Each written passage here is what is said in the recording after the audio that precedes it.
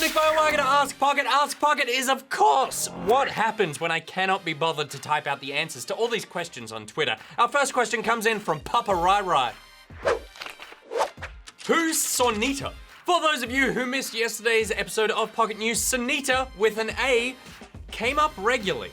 And by we, I do mean Sanita. You don't have a Sonita. Sonita, you looking for a job? And by we, I do mean Sonita. You know who doesn't have that problem? Sonita! This is a Sonita. She is Good Game's production assistant. She is not PewDiePie's, unless he pays her, I would say what, like $10 more a week? Would you do it for that? No, okay, good. Sonita, say hi to Papa Rai Rai. Hi, Papa Rai Rai. Our next question comes in from Thomas Pugh, and it's for Sonita. Seriously curious to know what constitutes that month of documentation. Will you tell us, Nick?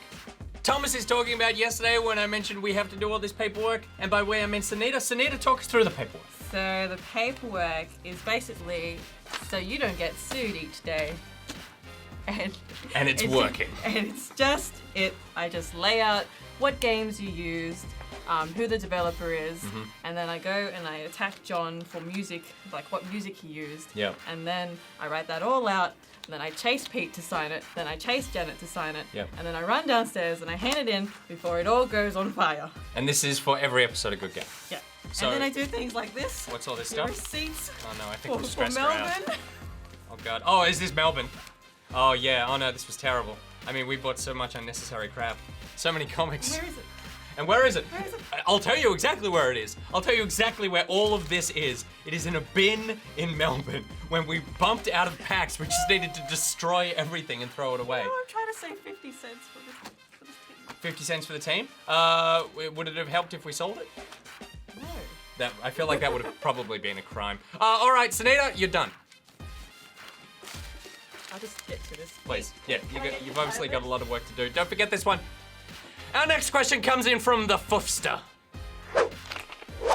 How much does the Good Game team see each other outside of work? Are you guys all outside friends or just work friends? Oh, Foofster, there is a lot of disgusting fraternizing going on outside of work. I'm rarely involved in it, but it is a very incestuous little clique. Goose, Pierreth, Hex, often Barjo, always hanging out, always brunching, always being all happy and friendly in the sunshine. It's disgusting. I'm not involved. John is certainly not involved. We don't want to be involved, do we, John? We'll hang out together. You want to have dinner tonight? Yeah, sure. Are you gonna leave me at 10 o'clock and go networking again like you did last time? That was one time in Melbourne, but you made friends. Yeah, sure. So that's a no? Can I come to brunch? Huh.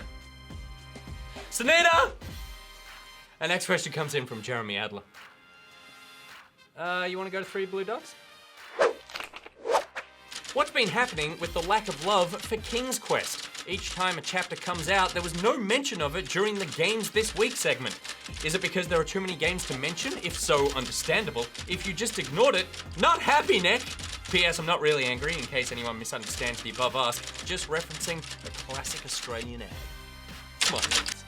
Ah yes, the King's Quest gets skipped every single time we do a What's Coming Out This Week, Jeremy. To compile that episode, we look at a few release lists. There's several sites that people have containing release dates of notable games, then we use some smaller lists to catch up on some of the indie stuff and official press releases to remind us that Call of Duty and Dishonored exist. And we'll also check places like the EB Games Store to make sure we have the local dates. But on none of these places do they ever mention King's Quest. Telltale's out there, swinging its old bat D around, reminding us there's all a new episode coming. Hitman makes a little song and dance to distract us while it adds itself to our list. But King's Quest just sits there, silent, forgotten. And every time we do a This Week in Games list and forget King's Quest, you, Jeremy, very politely comment and remind us that we missed it that week, and it's a very good series that has gotten stronger with every episode. And every time we snub it. I mean, not even Sierra, who published the game, can be bothered to update their website to say that chapters 3 to 5 are even out. But they are, Jeremy. You know that. I know that. I know that because you told me that every single time we miss a chapter. Unfortunately, you tell me 6 to 12 hours after we record the episode. And I thought we were done with just 5 chapters, Jeremy. I thought the game was totally out, but there's one more chapter coming, Jeremy, the elusive epilogue. which is only available to people who buy the complete collection, not the season pass. You can't buy it as a standalone. And bullshit business decision aside, it's up to you, Jeremy. The mantle of responsibility is now placed on you, Jeremy, because I cannot find a release date for the complete collection. But when they announce one, and I assume they won't announce one, instead they will just contact you and John's mum, who's the only other person I know who plays that game. When they contact you, Jeremy, let me know what it is. Tweet me. Put a comment in the comments below. Send me a letter. Nick Richardson, good game, level 4, 700 Harris Street, alt mode 2007. I pass this burden to you, Jeremy. Do not let all the Pocketeers down, Jeremy. And by all the Pocketeers, I do mean you and John's mum, Jeremy.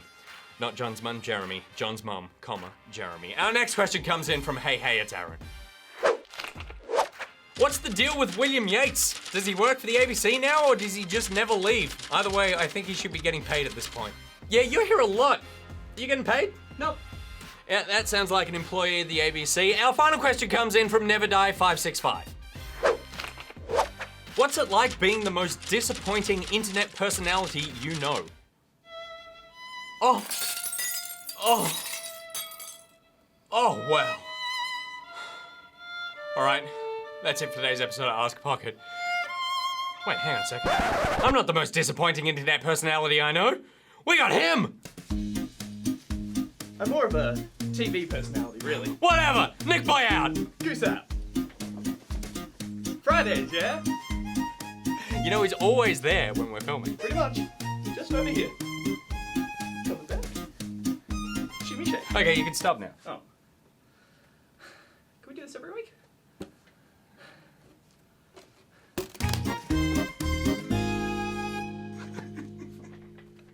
I would then ask that the reclaimed $3 million would then be shared amongst the millions of Australian Steam accounts. Like 50 cents in an envelope with Gaben's personal seal of apology. And put in the official Canadian apology letter too, just in case. As a sign of good faith.